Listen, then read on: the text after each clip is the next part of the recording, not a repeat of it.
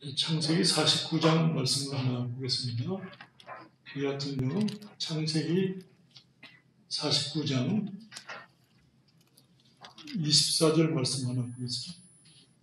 구약성경 79페이지에 창세기 49장 22절부터 봅니다. 요셉은 무성한 가지 곧 샘 곁에 무성한 가지라. 그 가지가 담을 넘었도다. 활 쏘는 자가 그를 학대하며 적개심을 가지고 그를 쏘았으나 요셉의 활은 도리어 굳세며 그의 팔은 힘이 있으니 이는 야곱의 전능자 이스라엘의 반석인 목자의 손을 힘이로움이라. 내 아버지의 하나님께로 말미암나니 그가 너를 도우실 것이요 전능자로 말미암나니 그가 내게 복을 주실 것이라. 위로 하늘의 복과 아래로 깊은 샘의 복과 젖 먹이는 복과 태의 복이리로다. 내 아버지의 축복이 내 선조의 축복보다 나아서 영원한 산이 한 업성같이 이 축복이 요셉의 머리로 돌아오며 그 형제 중 뛰어난 자의 종수리로 돌아오리로다. 아멘.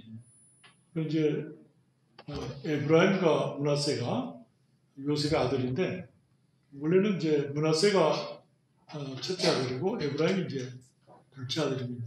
야곱이 축복하면서 손을 이렇게 어긋해가지고 에브라임을 앞세워요.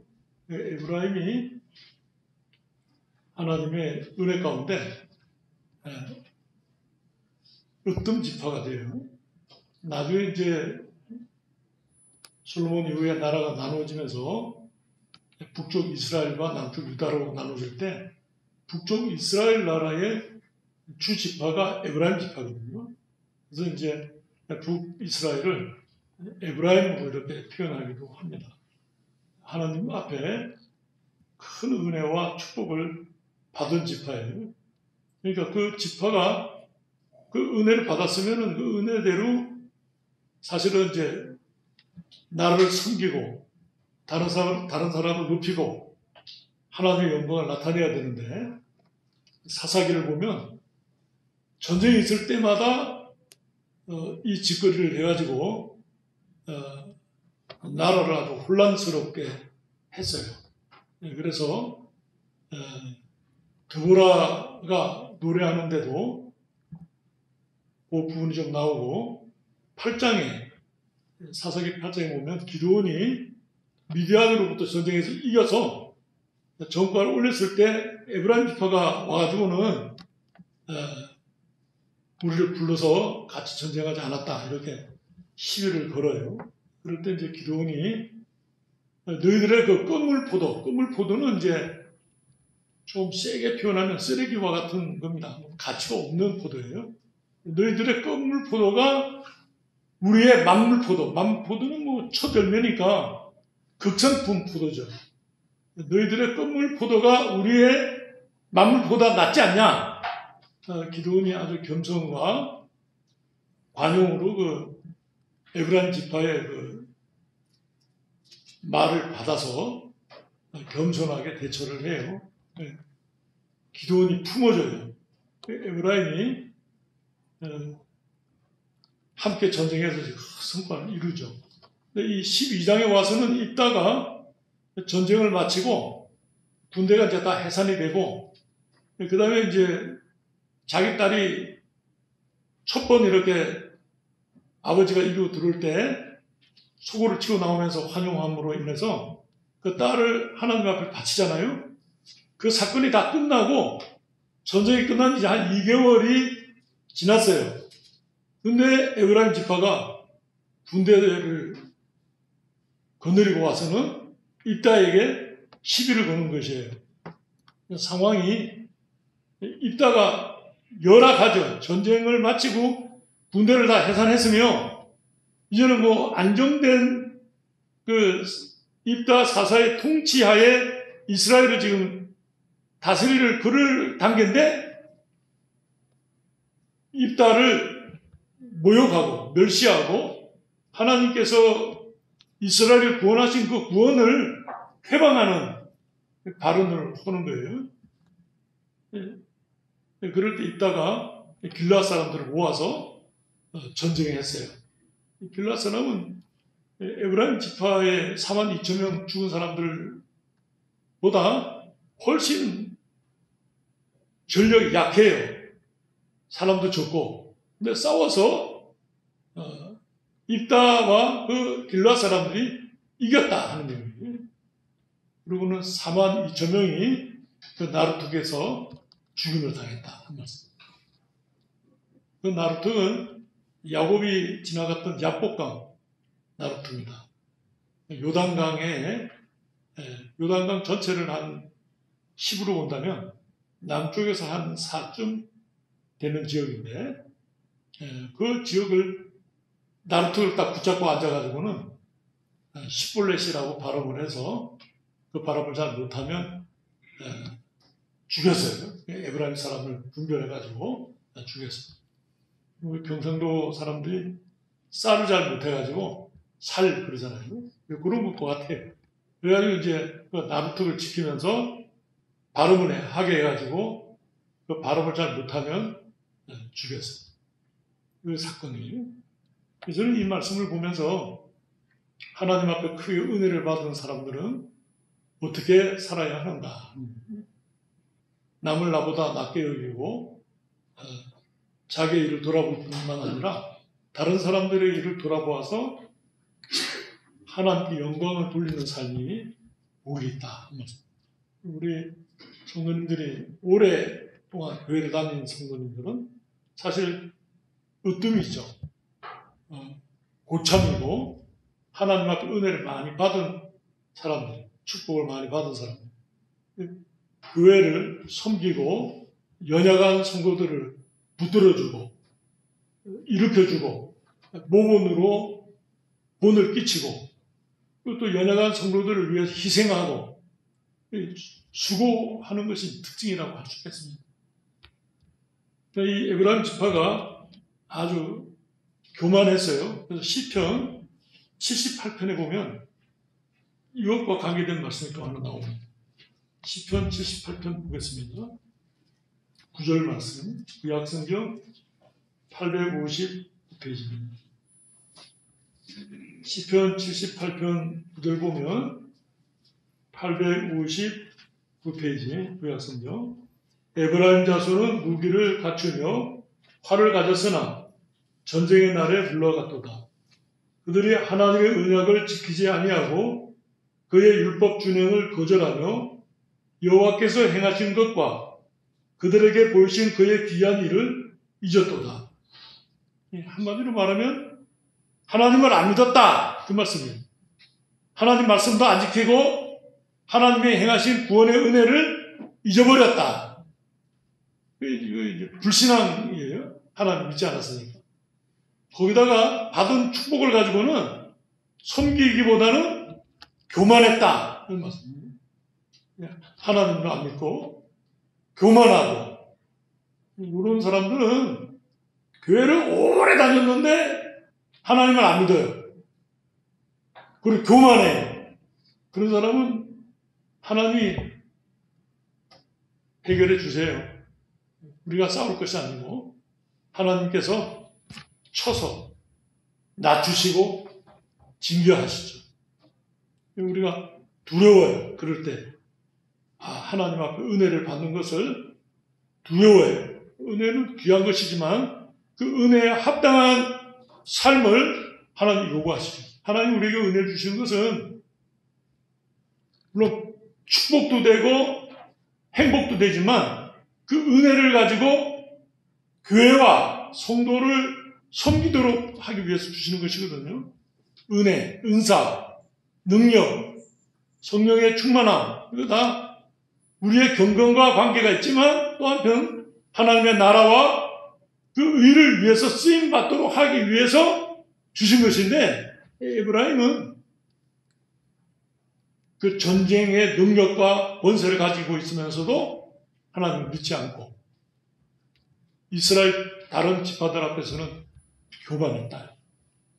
길앗 지파와 입다를 멸시하면서 너희는 본래가 에브라임에서 도망가서 문화세 속에 사는 사람들이다. 거짓말이거든요. 그렇게 멸시하고 무시해서 싸움을 일으켰어요. 잠언 15장 1절에 보면 과격한 말은 분노를 일으킨다. 아주 강팍한 말로 이 딸을 무시하고는 너는 집을 불사르겠다. 뭐 굉장한 협박과 위협이죠. 이따가 물러서지 않고 싸웠어요. 물론 이따가 능력도 있고 또 전쟁에 이긴 여파로 싸워 이겼지만은 그 속에 보면 하나님께서 구원하셨다 하는 말씀이 나오거든요. 물론 암몬과의 전쟁에서 하나님이 구원하셔서 암몬을 이겼지만 하나님이 함께 하시는 사사의 능력으로 에브라임을 쳐서 이겼어요. 에브라임이 약해서 진 것이 아니라 하나님께서 저들을 징계하시려고 입다 손에 붙였단 말이에요. 입다가 42,000명을 죽였다는 거죠. 민수기에 보면 12지파의 인구수가 쫙 나옵니다. 그 인구수에 보면 에브라임이 아주 상당히 높아요. 7만 몇천 명인가 돼요. 근데 그 중에 42,000명이 죽었으니까 절반 이상이 죽은 거죠. 확 짜부러졌죠. 확 짜부러졌죠. 모세의 후계자 여호수아가 에브라임 지파거든요. 그러니까 에브라임 지파가 모세의 후계자 여호수아가 되면서 여호수아서를 끝나고 사사기로 넘어올 때 그 여호수아의 통치적 권세가 위임되다시피 됐단 말이에요. 에브라임 지파가 원래 강하고 하나님의 축복과 은혜를 받았고 전쟁의 힘과 능력을 가지고 있으면서 여호수아의 통치력을 위임되듯이 받았으니까 빈량한 거죠. 그러면 사실 사사기 속에서 에브라임 지파가 어느 전쟁이 일어나든지 간에 참전해서 정권을 올리고 하나님의 영광을 돌리고 이스라엘을 붙들어줘야 되잖아요. 한 번도 전쟁에 참석하지 않아요. 준비는 해요. 무기를 갖추고 활을 갖추고 군사를 집결해요. 전쟁에 참여하지 않아요. 이따가 사실은 암몬과 싸우면서 에브라임이 군대를 모으고 활을 갖추고 전쟁할 준비를 다 마쳤다 하는 소식을 들어서 기다렸는데 오지 않는다면 이게 말이 됩니까? 이스라엘을 구원하는 전쟁에 있어서 동참하지 않는다. 그래서 이따가 목숨을 걸고 싸워서 이겼는데 와서 시비를 걸었단 말이에요. 이따가 전쟁에서 42,000명이라는 에브라임 사람이 죽임을 당했다. 이날이 사건 안팎을 보면 하나님이 이스라엘을 암몬의 손에서 구원하시는 날에 에브라임 지파가 42,000명이 죽었다는 거예요. 우리가 하나님의 은혜로 구원받는 때에 어떤 사람들이 멸망과 저주를 받으면 하나님을 대적하는 자, 하나님의 구원을 멸시하는 자, 하나님의 은혜를 망각하는 자를 하나님 벌하셔요. 이사야서, 예레미야서에 보면 하나님이 바벨론 포로에서 이스라엘을 구속하시면서 하나님께서 바벨론과 애굽을 속량물로 주셨다. 그런 말씀입니다. 하나님 백성은 구원하고 하나님을 대적하는 자들은 하나님 멸하셨다. 그런 말씀입니다. 예수 그리스도께서 십자가에 죽으시면서 우리를 구원하시는데 한편으로는 마귀를 멸하시고 하나님의 나라를 해방하고 하나님의 대적하는 자들을 하나님 멸하신다. 하나님이 우리를 구원하실 때 구원받은 사람만 있는 것이 아니라 하나님을 대적하던 권세, 능력, 마귀, 원수들을 하나님 멸하시면서 하나님 백성을 구원하시는 성경 원리예요. 근데 그렇게 볼 때 에브라임은 오히려 이스라엘이 구원받는 날에 42,000명이 죽임을 당했다. 하나님이 멸하지는 않으시고 징계하셔서 겸손하게 하시는 것이죠. 우리가 말씀을 보면서 은혜를 많이 받았다. 내가 하나님 앞에 귀한 직분을 받았다 그러면 이건 내가 주님 앞에 충성해야 되겠다. 하나님 앞에 올바로 헌신하고 교회와 성도들을 섬겨야 되겠다. 이것이 이제 옳죠. 예수님께서 제자 중에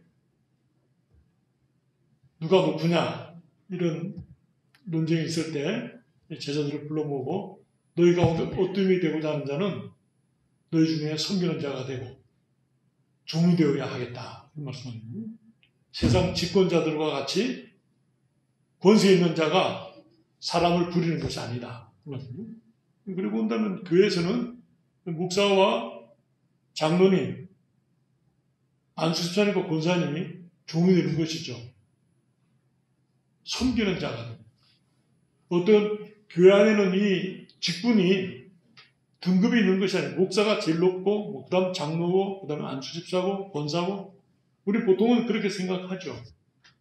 그런데 성경에서는 그렇지 않다. 그렇게 말씀합니다. 동등해요. 동등해요. 높고 낮음이 없어요. 은혜를 많이 받은 사람, 축복을 많이 받은 사람, 또 직임이 높아진 사람은 종이 되어야 하리라. 섬겨야 된다. 사도 바울은 사도행전에 보면 내가 너희를 위해서 3년 동안 눈물로 가르치며 섬기던 것을 너희들이 기억하라. 이렇게 말씀합니다. 사도 바울이 직접 자기가 일하면서 그 생활비를 대고 그 성도들을 섬긴 일을 쫙 썼어요.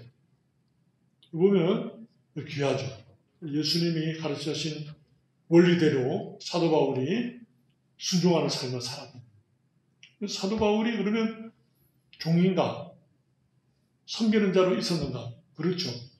내가 존귀케 하나님께서 그를 존귀하게 하시고 높이시고 영광을 주었죠. 우리가 섬겨 순종하는 일은 이 땅에서 또는 누구로부터 보상받지 못해요. 하나님께서 그 섬기는 자, 종된 자를 존귀케 하나님께서 더 많은 은혜와 축복과 권세를 주시죠. 더 겸손하게 주의 일에 충성할 때 주님께서 영광을 받으시고 은혜를 주시단 말이에요. 우리가 받은 바 은혜에 대해서 은혜를 사모하고 하나님의 축복과 그 은총을 사모해요. 근데 그 사모하는 것이 내 배가 부르고 내 속이 따뜻하고 내 등 따숩고 나의 개인의 행복에 만약 머문다면 에브라임과 같은 자리에 서게 되는 것이니까 박은선 목사님께서는 성경을 해석하시면서 가장 위태한 자리에 있는 자다. 가장 위태한 자리. 오히려 고난당한 자가 복이 있다. 고난당한 자는 자기를 가끔히 살피고 행동을 삼가서 하나님 앞에 충성한다는 자기 죄를 통회하고 자복하고 주님 앞에 나가기 때문에 오히려 고난이 있을 때 행복하다. 그러나 평안할 때 은혜 가운데 있으면서 만족스러울 때가 자만한 자기가 훌륭한 자인 것 같이 그 모든 환경과 주어진 것들이 자기 능력으로 주어진 것처럼 생각한단 말이에요. 그렇게 될 때 하나님께서 빼앗으시고 징계하시기 때문에 위험하다. 그렇게 말씀합니다. 우리가 하나님의 은혜를 받은 자로서 으뜸된 자로서 하나님이 그렇게 세워주셨을 때 하나님의 나라와 교회 성도들을 바르게 섬기는 사람이 되자. 하나님이 그 은혜 주신 것을 사용하니까 하나님이 그 은혜를 더 주시죠. 우리 시편에도 보면 다윗이 많은 은혜를 받아서 하나님의 나라와 그 의를 위해서 사용했어요. 하나님 기도, 하나님 제게 은혜를 주십시오. 하나님께서 축복해 주십시오. 하나님께서 함께 해 주십시오. 하나님이 그 길을 응답하셔서 다윗에게 많은 능력과 권세와 은혜를 주시죠.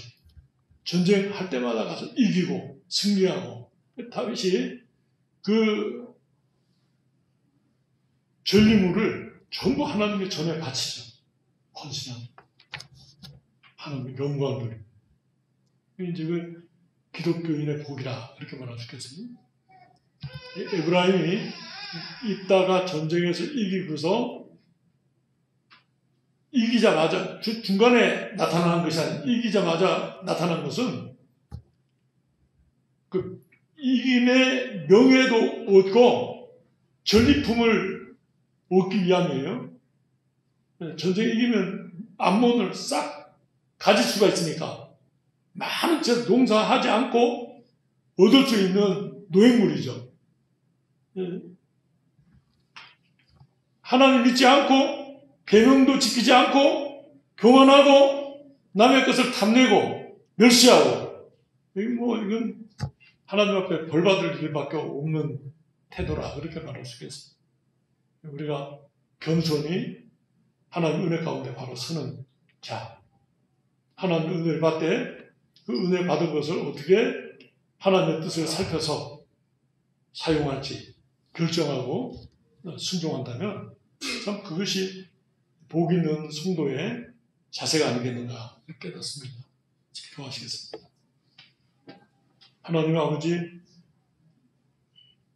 요셉으로 말미암아 그 아들 에브라임과 므낫세가 하나님 앞에 큰 은혜와 축복을 받았습니다.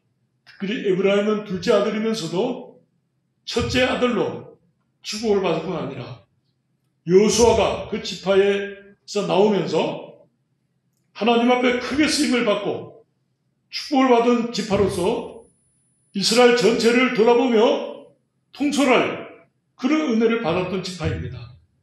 그러나 그 지파가 이스라엘을 구원하는 전쟁 때마다 참여하지 않고 오히려 시비를 걸며 그 사사를 모욕하고 멸시하며 대적하다가 하나님께서 저들을 입다의 손에 붙이심에 요단강 나루턱에서 42,000명이 죽는 큰 참병과 징계받음을 성경은 낱낱이 기록하고 우리가 그것을 읽을 때 마음의 두려움을 가지게 됩니다. 하나님 앞에 은혜를 받으며 축복을 받은 자는 하나님의 나라와 교회와 성도들을 위하여 섬기며 헌신함이 위함이라는 것을 알게 하시니 감사합니다. 저희가 주님 앞에 순종하여 예수 그리스도께서 우리에게 가르치신 말씀과 같이 어둠이 되고자 하는 자는 너희 중에 섬기는 자가 되고 종이 되어야 하겠다 하는 말씀과 사도 바울이 3년 동안 가르치며 눈물로 기도하며 모범을 보였던 삶을 살았던 것처럼 저희들이 하나님 앞에 은혜를 받고 축복을 받았을진데 또 오랫동안 예수를 믿으며 구원의 은혜를 받았을진데 하나님의 나라와 교회를 위하여 연약한 성도들을 위하여 모범을 보이며 섬기는 자로 있게 하여 주십시오. 하나님께서 장차 하나님의 나라에서 상급을 주시며 존귀케 할 그 놀라운 은혜를 사모하는 주의 종들 삼아 주시옵소서. 예수 그리스도 이름으로 기도드리옵나이다. 아멘.